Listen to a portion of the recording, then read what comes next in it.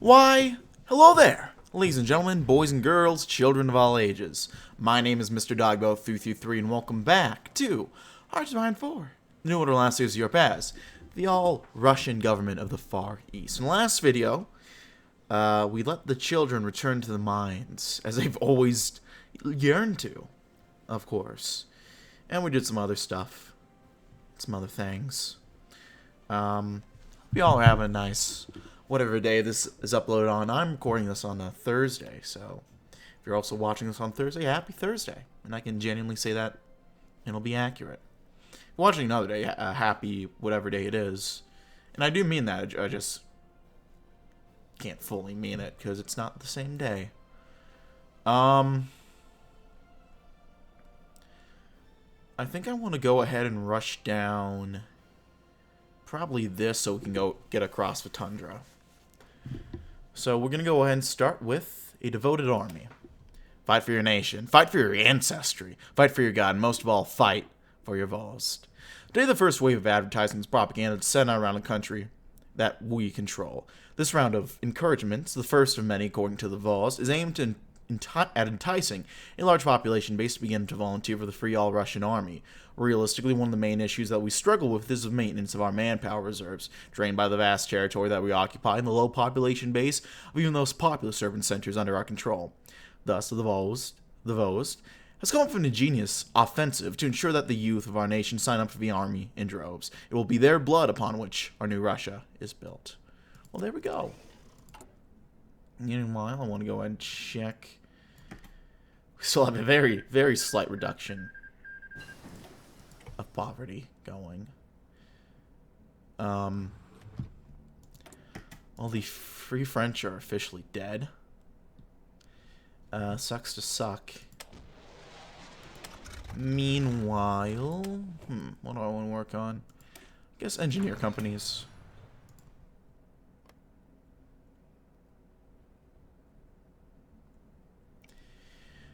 Yeah. They are stuck. Yep.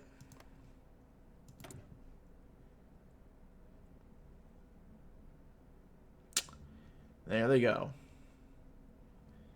The Isolation Islands, I think they're called.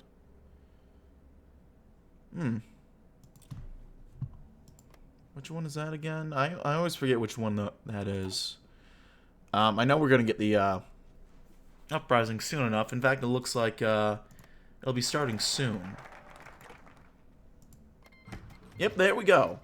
Good timing on my part to say that.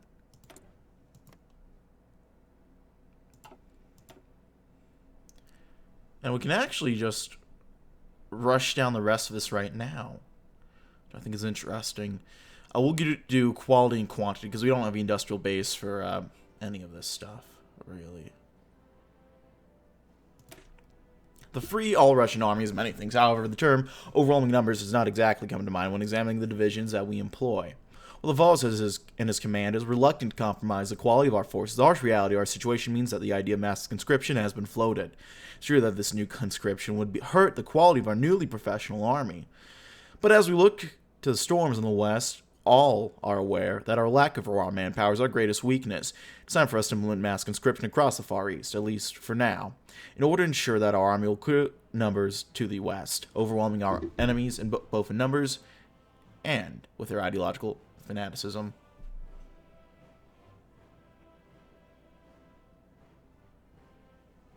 Yeah, we'll do it. Do it. The Romantic People's Republic comes down to this.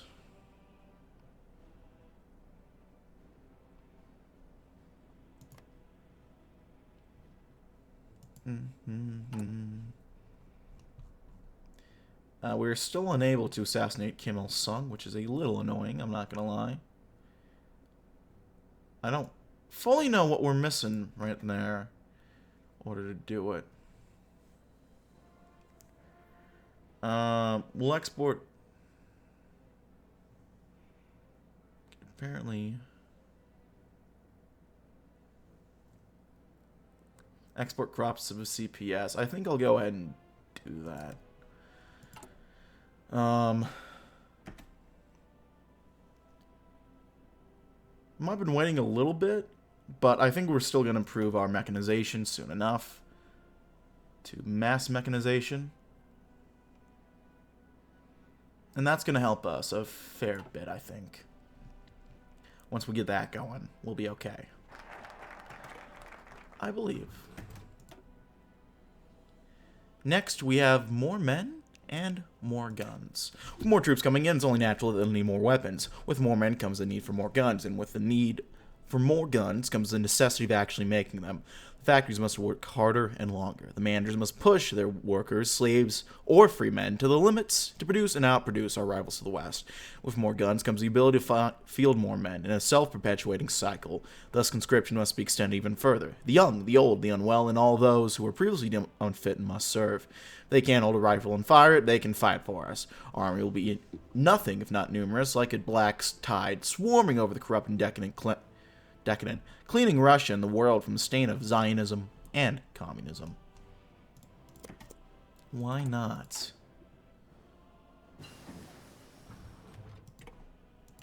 Got our new infantry kits figured out. Next, what do we need? We should eventually get working on infantry weapons.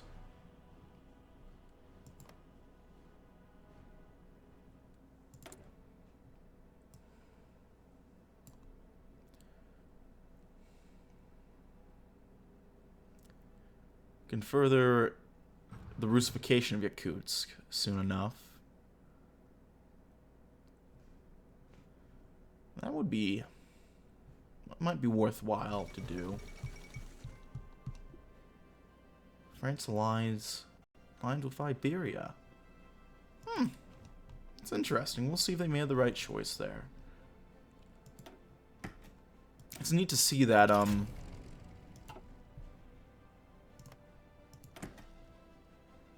Amur is having their own little,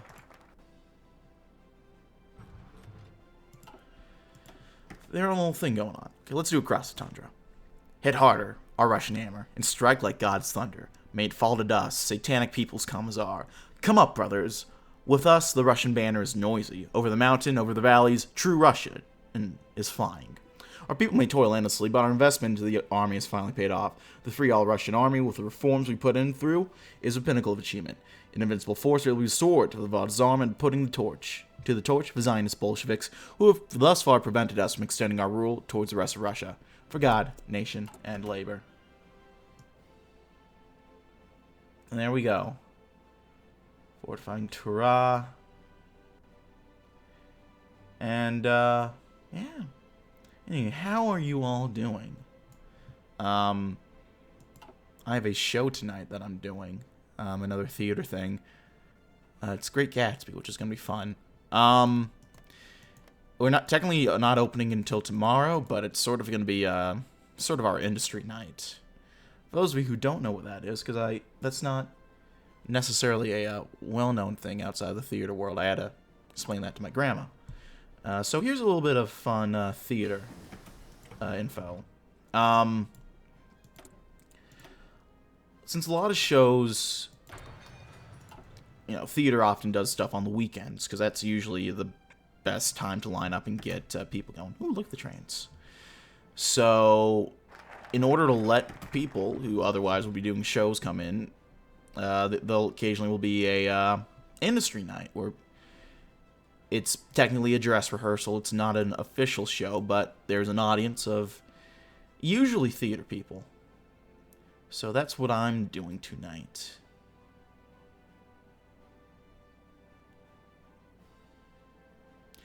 Let's live for your God.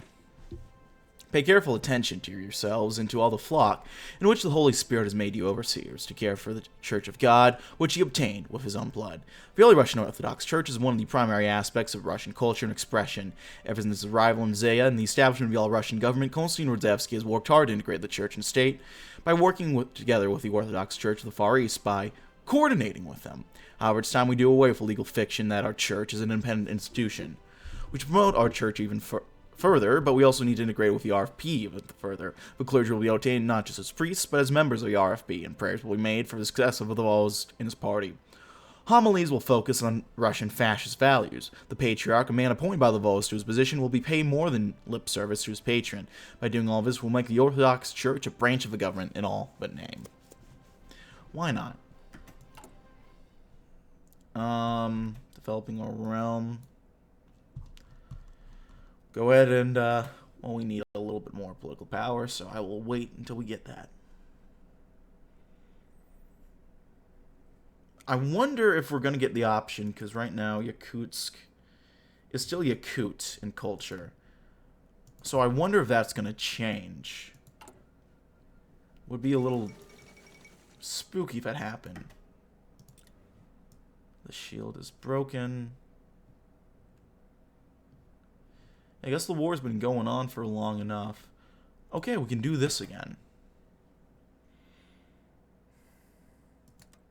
We'll rate all that. I'd much rather focus on this for now and then see if we can go ahead and strike them with what we've done. We might not be able to, in all honesty, but we would be nice to.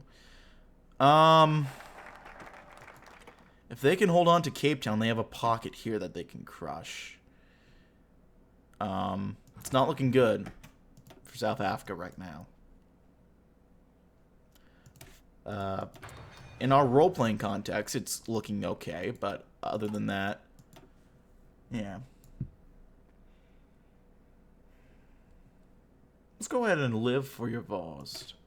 Konstantin Vladimirovich Radzevsky, Vost of the Russians and head of the all-Russian government, is a paramount leader in the Far East, and that is something that will never change. His tact, wisdom, and strength, and skilled strategic thought are all traits that should be both celebrated and emulated by any true Russian. But it's not enough to just celebrate the Vost and his many talents. The Russian people should live by the Vost and die by the Vost. They should think of him in their waking hours and dream of him in their sleep. For Konstantin Radzevsky is the savior of the Russian people and is due the respect that he deserves. Thus, we must embark on a multifaceted attempt to ensure that the people must know the importance of their leader, keeping him in their hearts and minds for now and forevermore. Pictures of Vost should be made available in mandatory display in the home. The life of our dear leader must be learnt in school. Our workers and farmers must pledge allegiance to Radzevsky before they start work every day. This is how the people will live for their Vost.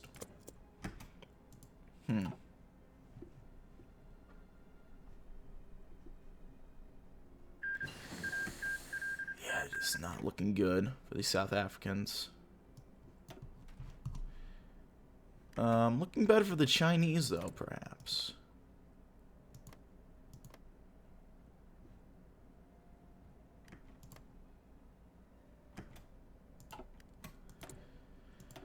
But that's... Well, technically, we're part of the Spear, so... we should be happy for this, he thinks. We're not officially part of a Spear, but we're aligned well enough. So you know what? I can get behind all this. We'll get automatic support weapons. And there we go with the Karelian War. Murmansk is having a bit of a struggle up here, so it's probably good that they go to war now.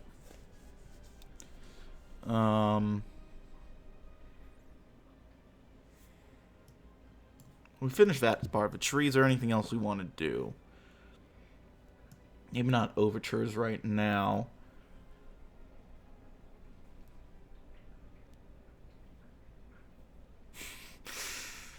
Do we want to bite this bullet?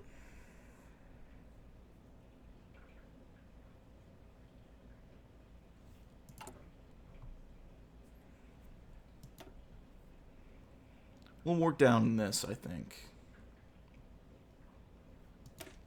I have a vision for you and for all of the Russian people. I envision the Russian nation working together in economic harmony, no matter if they are the wealthiest industrial magnates or the poorest of farmers. All Russians can achieve richness and fascism. I envision a state united not just in mission, but in message, with the body of the Russian people consisting of the individual who makes up our economy. We will not falter. We will not break. No one, not even the Jew, can shatter the body and spirit of the Russian.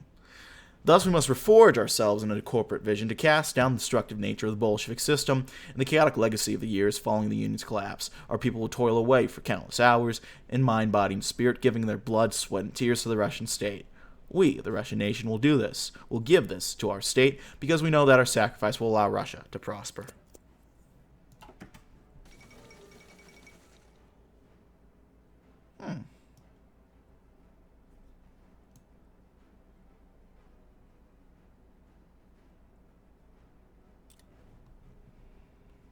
Something's going on in Uruguay. I love that Uruguay just has all this shell content.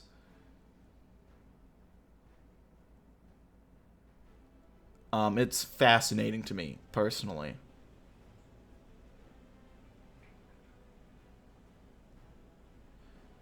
I would honestly really like to see and play Uruguay.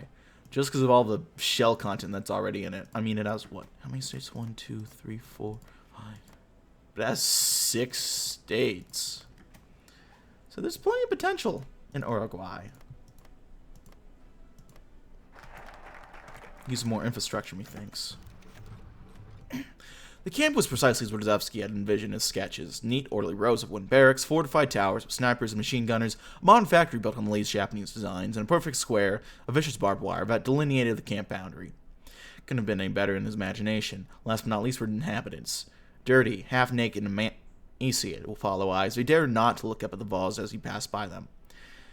How's productivity?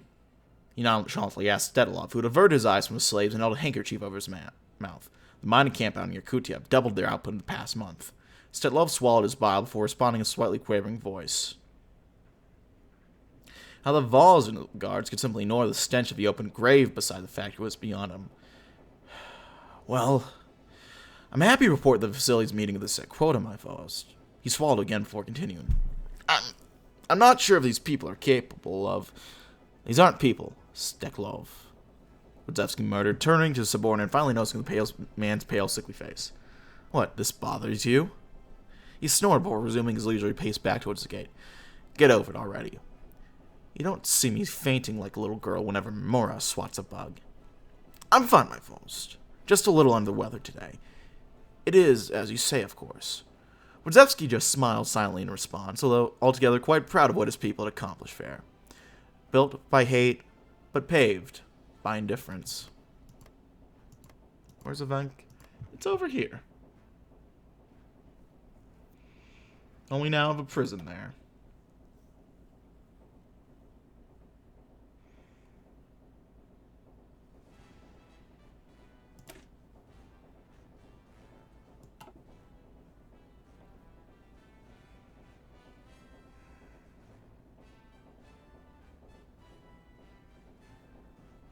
Might want to go down to this because this would increase our GDP. And we are kind of in need of that soon. The Jew-influenced the free market of the United States of America, Jew-influenced free market of the US of A has already begun to bring ruination to the nation.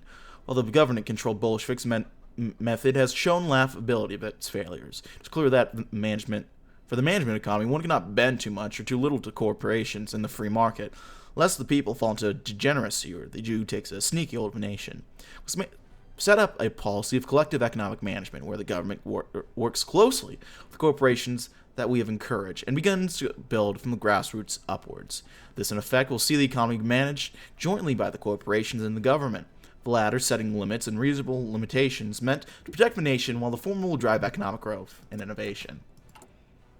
We have a very centralized economy going for us. They are weak. But not quite weak enough. This would take him out. Knock him out pretty well. I wonder if we need to get down to 0 for it. Oop. For the spread, we thank thee, Mr. Voz. I'm guessing that's who we're thanking, of course. But anyway, yeah, I'm doing theater later tonight. I still have some time, so I want to catch up and record a little bit. Also have school starting a week from now. It's a little weird because next week is a Thursday. And so starting on Thursday, it's a little weird to me, personally. But, no, I'm gonna try not to question it too much.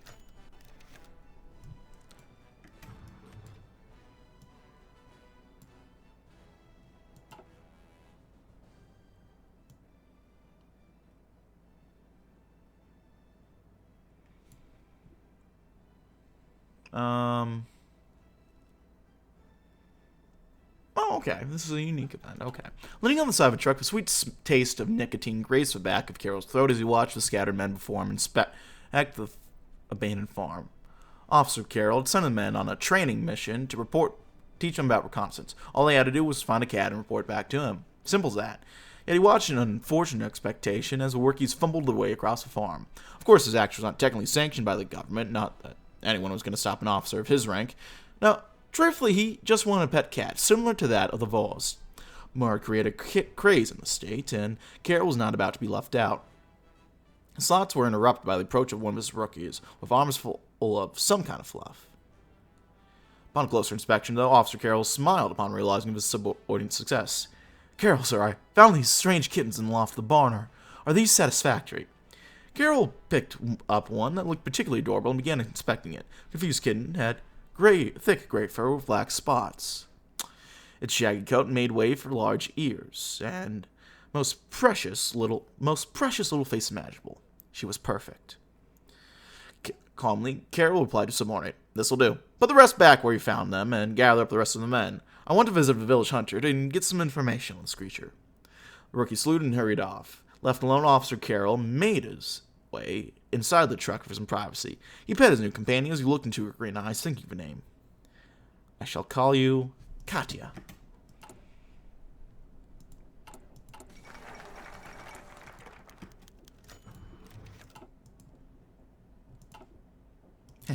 Cock. Despite its proximity to the Japanese border, the city of Rodzesk had been considered the economic capital of Rodzevsky's Far East for quite some time. Here, a number of prominent industrials has met to discuss the future model of how they would run their massive conglomerates. A number of very prominent figures were there. All the members of the RFP have grown fat off war profiteering during the first stage of reunification. These industrials, while none of them prominent party officials, have been chosen to head the first of the Russian mega corporation that Rodzevsky had envisioned. Their ideological dedication to the cause, long-time membership in the party, or donating enough money all qualified them for the position. As they convened to discuss the future of their mega corporations, they sat down in a conference room that would determine the economic future of Rodzevsky's Russia. After some intense deliberation, an incredibly controversial idea was floated among the industrials: repurposing of forced labor for the purposes of vast and rapid economic growth by the mega corporations that the Vols had envisioned. Surely not the most humane idea, and one that emulated the German model of forced labor in the industrial sector, many of the industrials took an initial distaste for the idea. However, as it was discussed more and more, almost all realized the benefits of what was being proposed: labor and manpower that was virtually free. While it would surely decrease the quality and quantity of the goods produced, it would also mean a net profit for those tasked with creating exactly that. As their industrials and their attendants indulged in coffee and luxurious, exotic foods imported from Japan, they barely thought of the thousands of lives they would resign to the horrific conditions in the factories that they believed would ensure the Vols' victory. The beginning of a new system. I think I'll hold off on a little bit for this, because I don't want to quite get the political power hit. Because they're already not making much political power a day.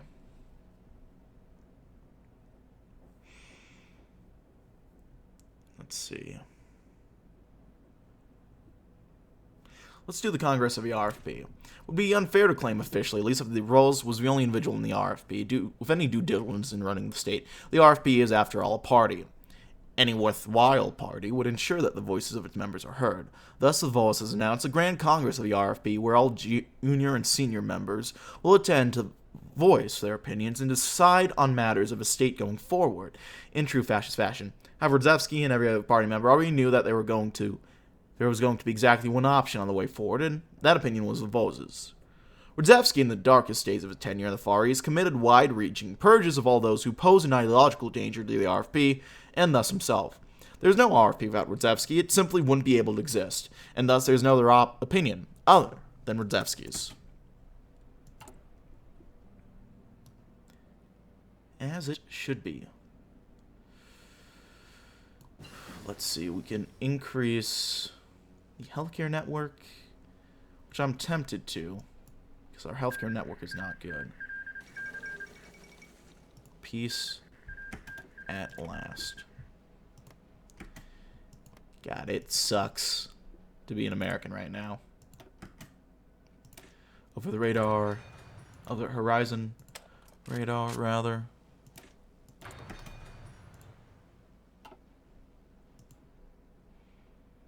Did they get Madagascar? I forget if they got Madagascar.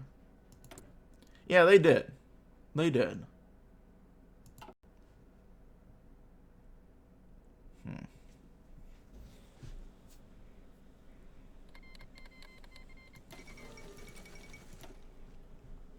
England versus Wales. Well, there goes Wales. Oh! Look at that. Germany has the port of Plymouth still. Oh, Macmillan, you cock. What's a new city for the RFP? The chaos of Harbin had gone, replaced by the morbid solidarity enforced by Shekara's black shirts. The name is merely the first indication that this center involves his control. No corner alleyway is free of the eyes and ears of loyal party members, or on the lookout of traitors to hand up to the chain of command. Most attentive of them are within the party Congress. Dozens of supposedly loyal party members have all been exposed as Zionist sympathizers in the past days. The best of true loyalists. A deceased cousin who married a Jew, a brother who visited family in Magadan before the reconquest, even a lapsed registration at the headquarters years ago. All are enough to draw suspicion and arrest. Georgy Shekarev uses himself in Congress, preferring to stalk among the shadows in the back and watch for suspicious behavior, or listen for further information he can use. While the black shirts patrol the halls of the building and the streets of Rdzevsk, he must personally report what he has heard to the Vols. Other party members cannot be trusted. According to Rdzevsky and Shekarev, cannot lose his credibility. Not without severe consequences. Even more conspicuous is Alexander Bolotov, who makes himself quite visible during the Congress. Those who are seen cannot be conspiring, and may be more loyal than those who have something to hide. The Voz sees Bolotov working on his behalf and is pleased to see the loyalty of the inner circle. Yet Bolotov is more active and alert than Shekarev, knowing his position of favor depends on his ability to find and out those who oppose the Voz. And in the center of the event, the Voz himself sniffs out conspiracy, always alert for sympathizers or traitors within the RFP. Now that the party had been purged of its disloyal members, the only way was to go west, to reclaim the unreclaimed lands of the Russian nation. When the remainder of the puppets had been wiped out, then Russia would be free to forge her own destiny without malign influence. His authority is secure. I'm curious. Did we get enough? We're going to have to do this as well. Okay. That's fine.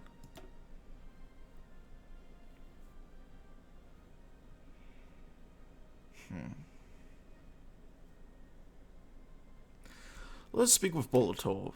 Rdzevsky's dearest security minister, Bolotov, presides over and help orchestrate the Voz's purges, have come to the Voz with a tantalizing idea. Formation of a security assurance squads.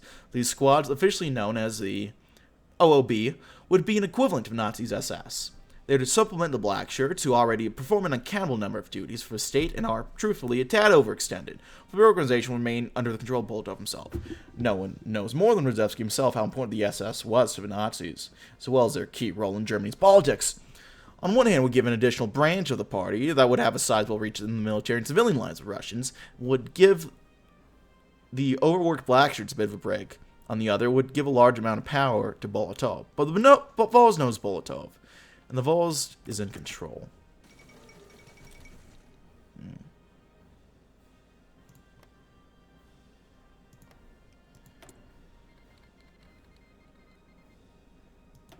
Well, Germany's going after the Caucasus.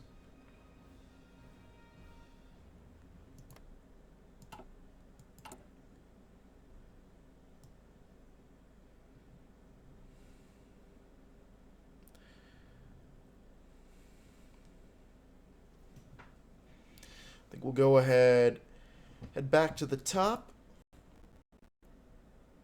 Okay. Oh no. Oh no. Well, that's unfortunate. Well. Yeah. Shit. Well, it's about time to end the video anyway, so, I guess I'm ending it there. So thanks always for watching, friends. Like City of like it, dislike if you didn't. If you have any comments, feedback, and certainly leave a comment section below. I read all comments again. Appreciate any feedback you might have for me. And check out my various links down in the description box below. And yeah, I think that's it for now, pals. Thanks always for watching. My name has been Mr. Dogbot333. Thank you for watching, and I'll see you guys next time. Bye-bye.